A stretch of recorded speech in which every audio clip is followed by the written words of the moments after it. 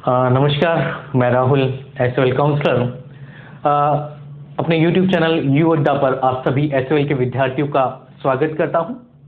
जैसा कि आप सभी विद्यार्थियों को पता है कि आज का जो वीडियो है एसओएल के उन सभी विद्यार्थियों के लिए बहुत ही महत्वपूर्ण होने वाला है जो बीए प्रोग्राम हिंदी का से संबंध रखते हैं, जिनका एडमिशन हिंदी का बीए प्रोग्राम में है। वीडियो को आगे बढ़ाने से पूर्व आप सभी विद्यार्थियों से अनुरोध करूंगा कि यू अड्डा चैनल को अधिक से अधिक सब्सक्राइब करें और शेयर करें ताकि एसओएल के सभी विद्यार्थियों तक हमारे द्वारा दिया गया लेक्चर पहुंच सके। तो वीडियो को आगे बढ़ाते हैं।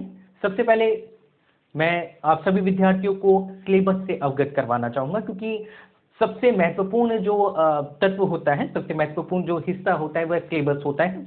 बहुत से विद्यार्थियों को सिलेबस के बारे में जानकारी नहीं होती है और वे अगर सिलेबस के बारे में जानकारी नहीं होगी तो वो एक अच्छे ढंग से अध्ययन नहीं कर पाएंगे, तैयारी नहीं कर पाएंगे।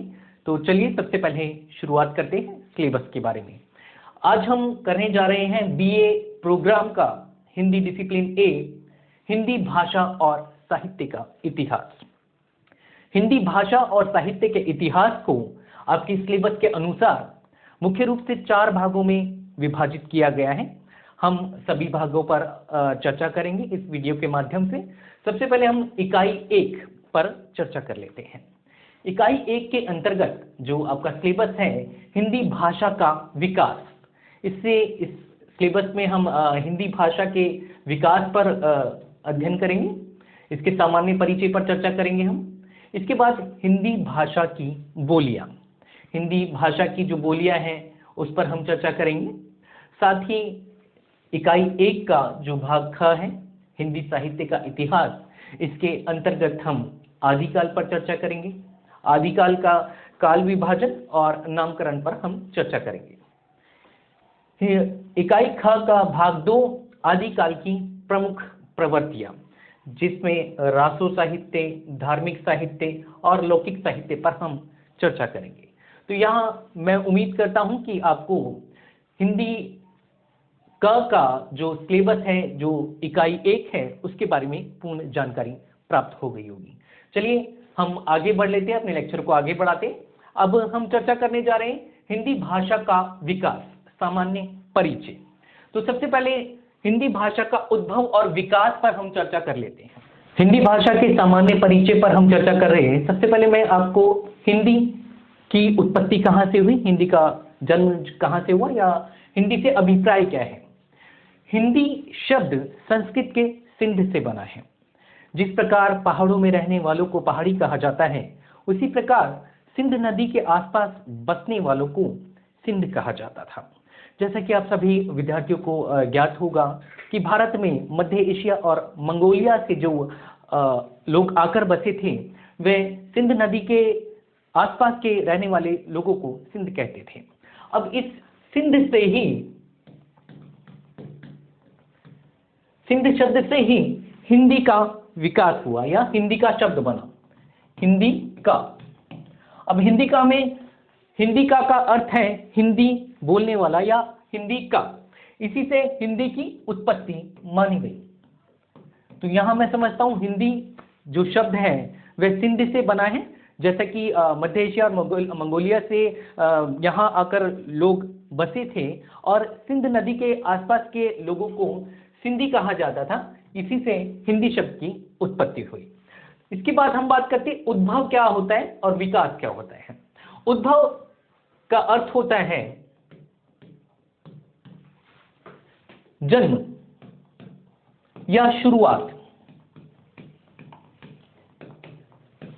यानी उद्भव उसका जो बिंदु है, कहां से वह जन्म लिया है, कहां से उदय हुआ है, उसे हम उद्भव कहते हैं। यानी हिंदी भाषा का उद्भव यानी जन्म, या उसको कहेंगे हम कि जो जन्म बिंदु है, शुरुआत कहां से मानी जाती है। इसके बाद आता है विकास। विकास का अर्थ होता है डेवलपमेंट, यानी किस स्तर से, किस विकास क्रम पर होते हुए हिंदी की जो भाषा है हम तक पहुंची, या जो आज हम हिंदी भाषा में बात कर रहे हैं उसका जन्म किस प्रकार हुआ, वे किस प्रकार विकास क्रम पर अग्रसर होते हुए हम आज उस भाषा का उपयोग कर रहे हैं। तो यहाँ पर मैं आपको बताना चाहूंगा हिंदी की उत्पत्ति। हिंदी की जो शुरुआत है, आप सभी विद्यार्थियों को पता होगा कि संस्कृत से मानी जाती है। संस्कृत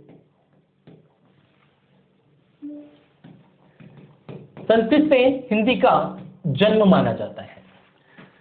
संस्कृत से हिंदी का जन्म माना जाता है। संस्कृत भी दो प्रकार की मानी जाती है। संस्कृत के दो भेद होते हैं।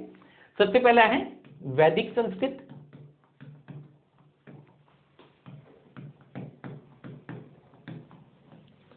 और दूसरा है लौकिक संस्कृत।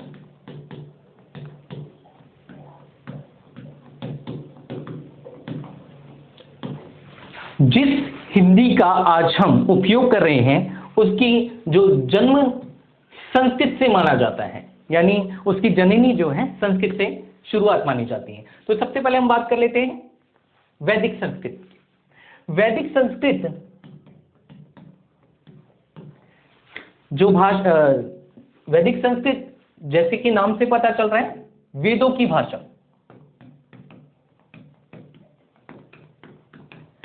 यानी वैदिक संस्कृत में वेदों की रचना हुई। जितने भी धार्मिक ग्रंथ थे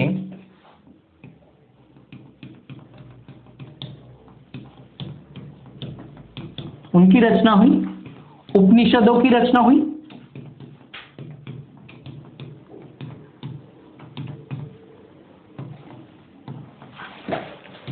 अब आपको पता चल गया होगा कि जो वैदिक संस्कृत थी वो पूर्ण रूप से परिमार्जित थी, संस्कृतनिष्ठ थी। हिंदी भाषा के उद्भव और विकास पर हम चर्चा कर लेते हैं। हिंदी भाषा का विकास की जो 3 चरण माने जाते हैं। आर्य भाषा, इसे हम आर्य भाषा कहते हैं।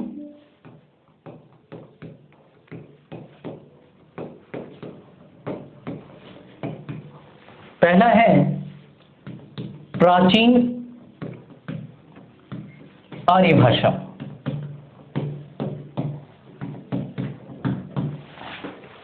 दूसरा है मध्यकालीन आर्य भाषा,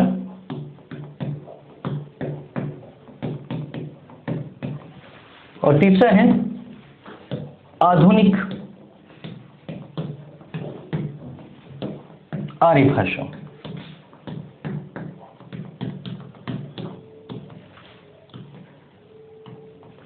प्राचीन आर्य भाषा का जो समय है 1500 से 500 ईस्वी पूर्व तक है। मध्यकालीन आर्य भाषा का जो समय है 500 से 1000 ईस्वी पूर्व तक है, और आधुनिक आर्य भाषा का जो समय है 1000 से अब तक। तो हम बात कर लेते हैं इसका प्रथम भाग जो है प्राचीन आर्य भाषा पर।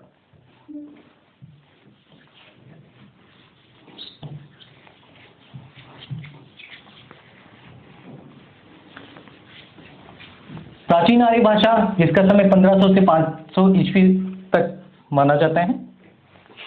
प्राचीन आर्य भाषा जिसके अंतर्गत संस्कृत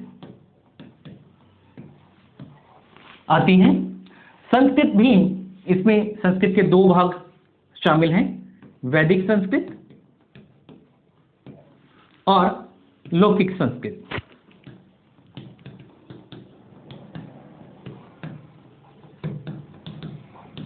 तो सबसे पहले हम बात कर लेते हैं वैदिक संस्कृत के ऊपर। वैदिक संस्कृत जैसे कि नाम से ही पता चल रहा है वेदों की भाषा। इसे देव भाषा भी कहा जाता है और इसे छदास भी कहा जाता है। वैदिक संस्कृत में जैसे कि आप सभी को मालूम होगा, जितने भी हमारे 4 वेद हैं उन सभी की भाषा वैदिक संस्कृत में हुई है। वैदिक संस्कृत जो भाषा है वह पंडितों की भाषा थी, शिक्षितों की भाषा थी, पूर्ण परिमार्जित थी, संस्कृतनिष्ठ थी और व्याकरणनिष्ठ थी। अर्थात ये आम लोगों की भाषा नहीं थी, इसे केवल शिक्षित लोगों द्वारा ही उपयोग में लाया जाता था। इसका अध्ययन करने के लिए भी व्यक्ति को शिक्षित होना अनिवार्य था। तो यहां पर हम बात कर रहे थे वैदिक संस्कृत में जो रचनाएं हुई, जैसा कि वैदिक संस्कृत में सभी जितने भी धार्मिक ग्रंथ थे उन सभी की रचनाएं वैदिक संस्कृत में हुई। धार्मिक ग्रंथ यहां पर मैं आपको बताना चाहूंगा, लौकिक संस्कृत पर हम बाद में चर्चा कर लेते हैं। जितने भी धार्मिक ग्रंथ थे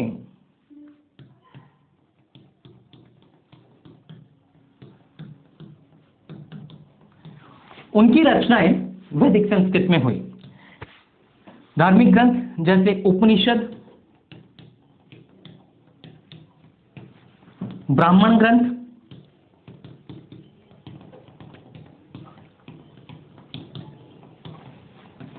इनकी रचनाएं वैदिक संस्कृत में हुई।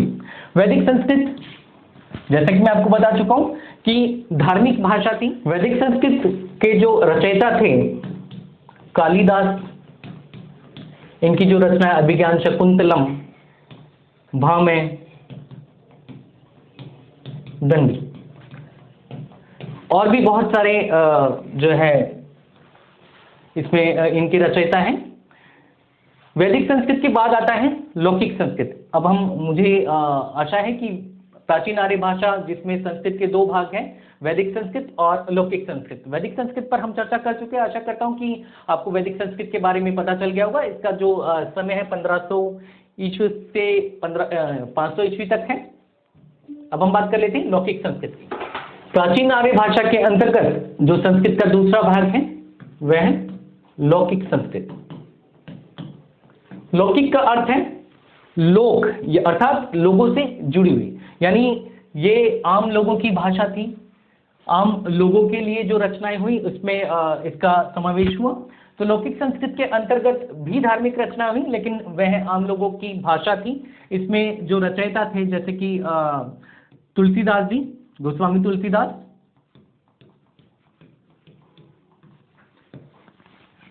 इनकी जो रचनाएं थी रामचरितमानस,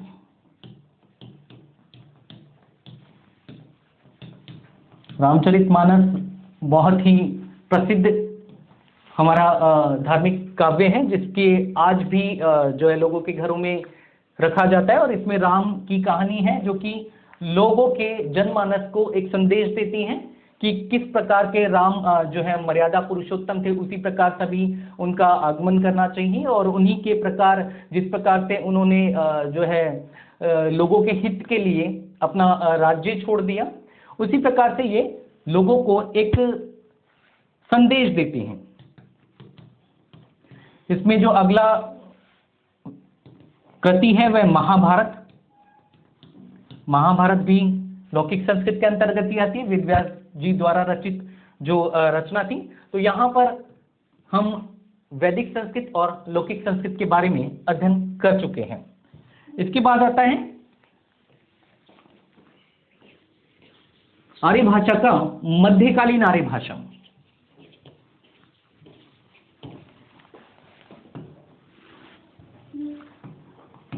मध्यकालीन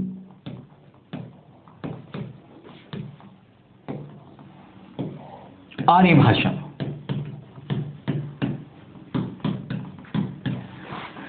संस्कृत परिवर्तित होते हुए अपने विकास क्रम पर अग्रसर होते हुए आगे विकसित होती गई। अब संस्कृत का रूप परिवर्तित होकर पाली के रूप में सामने आया। पाली भाषा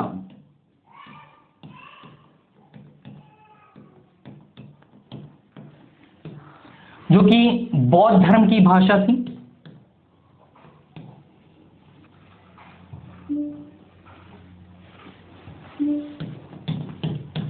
बौद्ध धर्म की भाषा थी।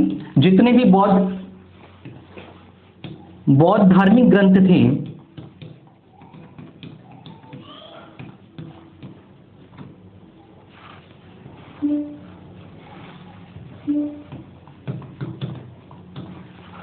वह पाली भाषा में हुए। गौतम बुद्ध की जो त्रिपिटक रचना है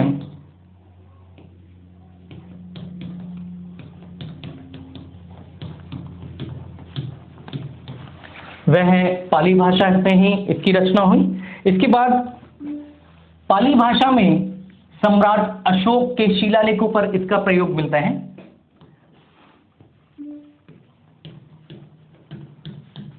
सम्राट अशोक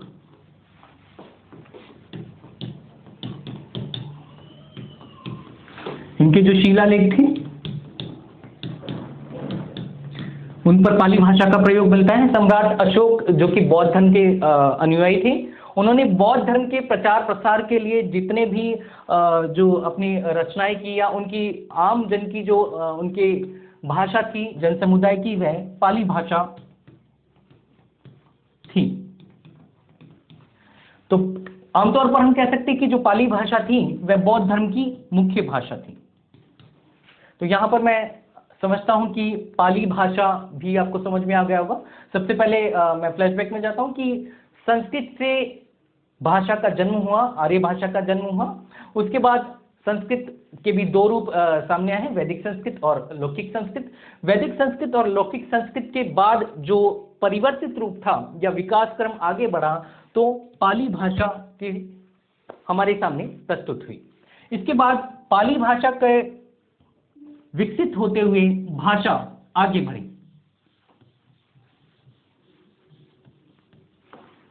प्राकृत, यह भी मध्यकालीन भाषा के अंतर्गत ही आएगा। प्राकृत भाषा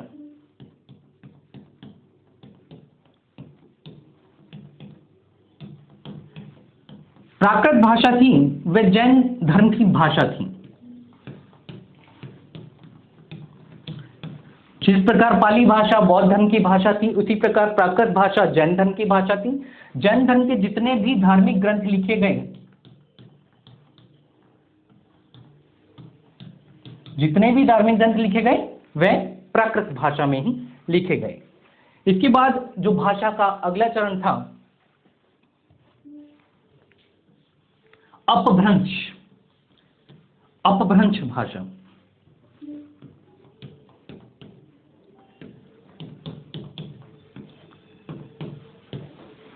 अपभ्रंश भाषा अर्थात भाषा का जो विकास क्रम था संस्कृत से आगे बढ़ते हुए विकास क्रम के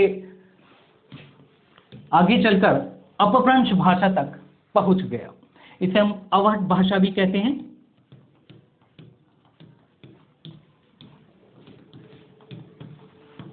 अपभ्रंश का अर्थ है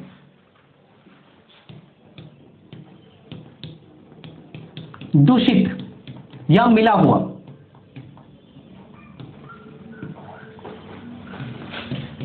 मिला जुला।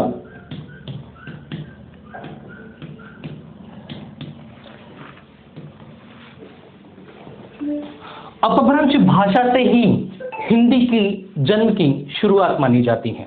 अब हम अपभ्रंश भाषा पर चर्चा करने जा रहे हैं। अपभ्रंश पर हम चर्चा करने जा रहे हैं। अपभ्रंश भी विकसित होते हुए 7 भागों में विभाजित हो गई। शौर्चनी अपभ्रंश, इसका जो विकसित उपभाषा थी वह थी पश्चिमी हिंदी, और इसके नागर रूप से राजस्थानी और गुजराती विकसित हुई। शौर्चनी अपभ्रंश के बाद जो अपभ्रंश का अगला रूप था वह था पैशाची। पैशाची से जो उपभाषाएं विकसित हुई वह लहंदा और पंजाबी थी। इसके बाद ब्राचड़ अपभ्रंश। ब्राचड़ अपभ्रंश से सिंधी विकसित हुई। इसके बाद खस अपभ्रंश से पहाड़ी भाषा, महाराष्ट्री से मराठी भाषा विकसित हुई, और अर्धमागधी शौर्चनी अपभ्रंश से पूर्वी हिंदी विकसित हुई।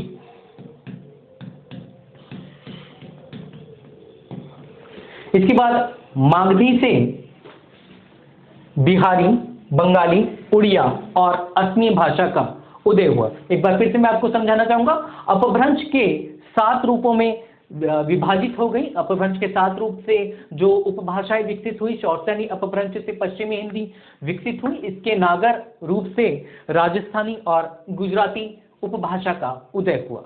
इसके साथ ही पैशाची से लहंदा और पंजाबी का उदय हुआ, ब्राचड़ से सिंधी का, खस से पहाड़ी का, महाराष्ट्री अपभ्रंश से मराठी भाषा का उदय हुआ और अर्धमागधी से पूर्वी हिंदी का विकास हुआ। इसके बाद मागधी अपभ्रंश से बिहारी, बंगाली और उड़िया असमिया भाषा का उदय हुआ। मैं आपको बताना चाहूंगा, हम हिंदी भाषा के सामान्य परिचय पर चर्चा कर रहे थे। हिंदी भाषा का जो उदय है संस्कृत से माना जाता है। संस्कृत के बाद पाली, प्राकृत, अपभ्रंश, इसके बाद हिंदी का विस्तार माना जाता है। हिंदी की बोलियों पर हम चर्चा करने जा रहे हैं। शौर्सनी अपभ्रंश से विकसित होती हुई उपभाषा पर हम चर्चा करने जा रहे हैं और उपभाषा से विकसित बोलियों पर हम चर्चा करने जा रहे हैं।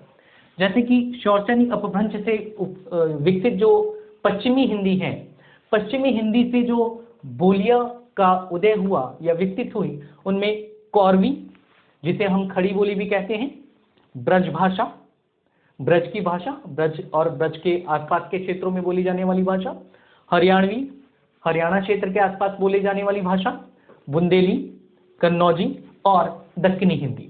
इसकी जो बोलियां हैं पश्चिमी हिंदी से विकसित हुई है।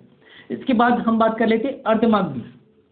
अर्धमागधी से जो उपभाषा विकसित हुई है वह है पूर्वी हिंदी।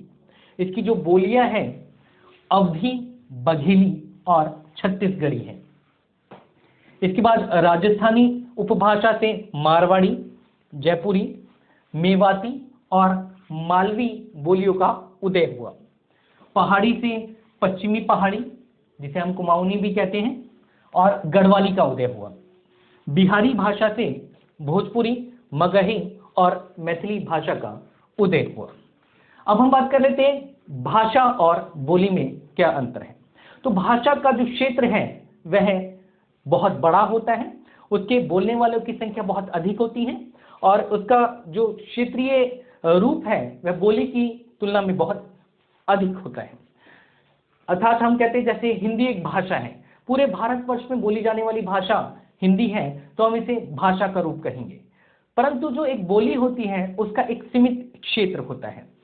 उदाहरण के लिए मैं कहना चाहूंगा, जैसे पंजाब में बोली जाने वाली भाषा पंजाबी होती है, वह सिर्फ पंजाब में ही बोली जाती है। इसका मतलब ये नहीं कि वह गुजरात में नहीं बोली जाएगी, परंतु गुजरात में पंजाबी बोलने वालों की संख्या बहुत कम होगी या ना के बराबर होगी। तो मैं समझता हूं आपको भाषा और बोली में भी अंतर समझ में आ गया होगा। बोली का जो क्षेत्र है वह सीमित होता है, एक क्षेत्र के अंतर्गत बोली जाती है। जैसे राजस्थान के अंतर्गत जो बोली है वह मारवाड़ी है, राजस्थानी है, जयपुरी है, मेवाती है और मालवी है। इसी के साथ जो पहाड़ी, पश्चिमी पहाड़ी, पहाड़ी, कुमाऊनी और गढ़वाली बोलियां हैं। तो मैं समझता हूं यहाँ पर बोलियों का जो उदय था वह भी आपको समझ में आ गया होगा। अब हम अगले सिलेबस के इकाई 2 पर चल रहे हैं, हिंदी साहित्य के इतिहास पर। हिंदी साहित्य के इतिहास पर हम चर्चा करने जा रहे हैं। उम्मीद करता हूं कि भाषा के उदय और विकास की पूर्ण जानकारी इस लेक्चर के माध्यम से आपको मिल गई होगी। उम्मीद करता हूं कि अगर आप इस लेक्चर को सुनेंगे तो आने वाली परीक्षाओं में आपको इसका लाभ अवश्य मिलेगा।